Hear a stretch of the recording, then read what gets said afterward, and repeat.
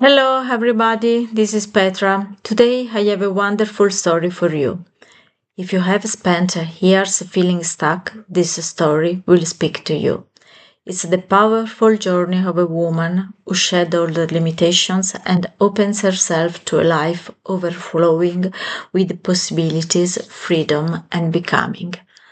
So relax and enjoy it. Elara and the Moving River. In the village of Okinawan, there lived a woman named Elara. To her neighbors, she was a quiet, dependable weaver. But inside Elara's mind, she lived in a landscape of grey. She called it the Stone Forest. For Elara, every mistake she had ever made hadn't just passed by, it had solidified. When she was 7 and forgot the lyrics to a festival song, a stone appeared in her chest labeled, I am a failure. When she was 12 and too afraid to climb the great ridge with the other children, another stone landed, I am a coward. By the time she reached her 30s, Elara felt heavy. She walked through life with the rigid gait of someone carrying a backpack full of lead. She would look at the river that ran through the village, the way it swirled around obstacles, the way it never seemed to try but always arrived, and she felt a deep, aching jealousy. The river is lucky, she would whisper. The river isn't a person. It doesn't have to be anything. It just flows. One evening, Ilara sat by the bank, her mind spiraling through a familiar noun loop. I am stuck. I am stagnant. This is just how I am. The thoughts felt like iron bars. She felt the physical tightness in her throat. All of a sudden, a voice like dry leaves rustling broke her trance. You look like someone trying to hold back the tide with a wooden spoon. An old woman, known only as the Weaver of Days, sat a few feet away. She wasn't looking at Elara, she was watching a small waterfall tumble over a ledge. I'm just stuck, Elara sighed. I have always been this way. Some people are rivers, and some are, well, just rocks. The Weaver of Days pointed to the waterfall. Tell me, Ilara, that white line of water falling over the cliff, is it a thing? If I go over there with a bucket, can I catch the waterfall and take it home? Ilara frowned. No, of course. You'd just have a bucket of water. Exactly, the weaver said. The waterfall is a name we give to a process. It only exists because the water is moving. If the water stops, the waterfall vanishes. It's not a noun, child. It's a verb, and so are you. Ilara felt a strange tingle in her hands.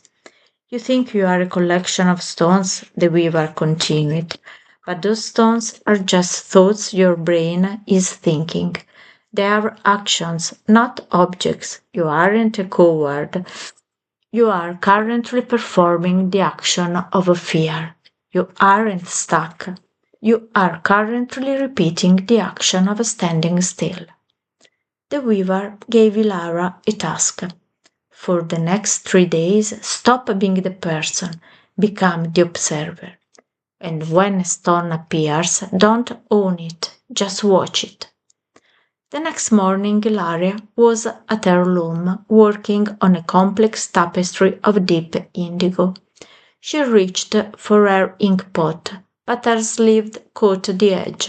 The pot tipped. A dark, jagged stain spread across the work of 3 weeks. Instantly, the old stone slammed into her chest. I'm so stupid. I'm a clumsy mess. I always ruin everything. She felt her breath shorten. Her heart began to race. Usually, she would spend the rest of the day in tears, but she remembered the weaver. Don't be the stone, she whispered, be the observer. She closed her eyes and changed her internal language. A thought of stupidity is being experienced, a sensation of it in the face is occurring. The brain is retrieving memories of past mistakes. She stayed there for 2 minutes, just labeling the verbs. To her shock, the stone didn't feel so heavy. It felt transparent, like a ghost. By treating her reaction as a process instead of a fact, she found a space to grab a damp cloth and start cleaning. The noun Elara was a victim. The verb Elara was a problem solver. The second day brought a harder challenge.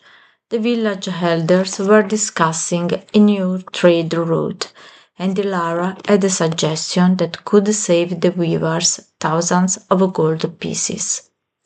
As she stood to speak, the shy stone blocked her throat. I'm too small. No one wants to hear me.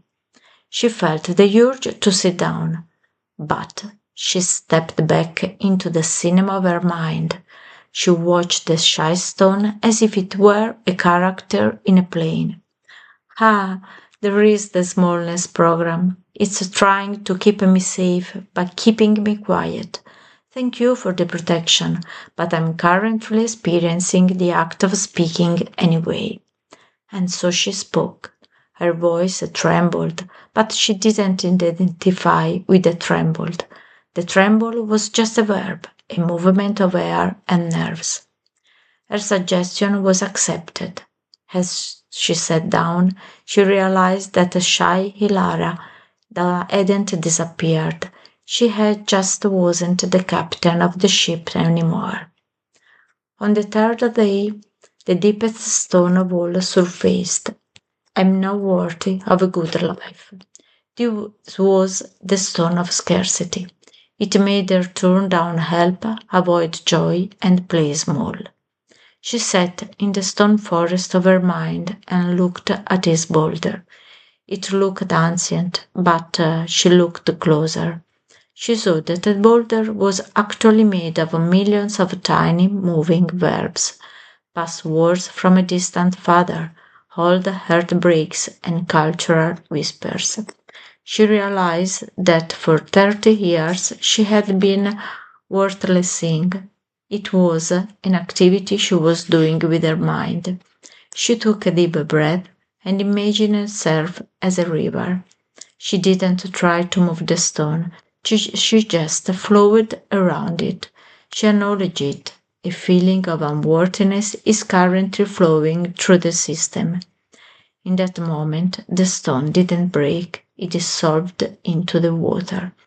She realized that she didn't need to fix herself because there was nothing broken to begin with. There was only flow that had been temporarily obstructed. Elara returned to the Weaver of Days. I'm still the same woman, Elara said, but the stones feel like clouds now. You have discovered the secret of the fluid self, the Weaver replied. You are the space in which your life happens. When you stop trying to be a noun, a finished, perfect thing, you finally have the freedom to be a verb, a living, breathing expression of abundance. Elara walked back to the village. She wasn't a weaver anymore. She was weaving. She wasn't a failure or a success. She was living. Elara learned to dance, not as a clumsy person, but as someone experiencing the joy of a movement. She shared ideas, not as an uncreative person, but as someone offering thoughts into the collective space. The fluidity she longed for was not something she found outside herself. It was the natural state of her being. Once she stopped mistaking the temporary shapes of her experiences for the permanent substance of who she truly was. She realized she wasn't a statue, she was a living, breathing, ever flowing process, a beautiful, ever changing verb. And as the sun set, she realized that abundance isn't something you get, it's something you flow with.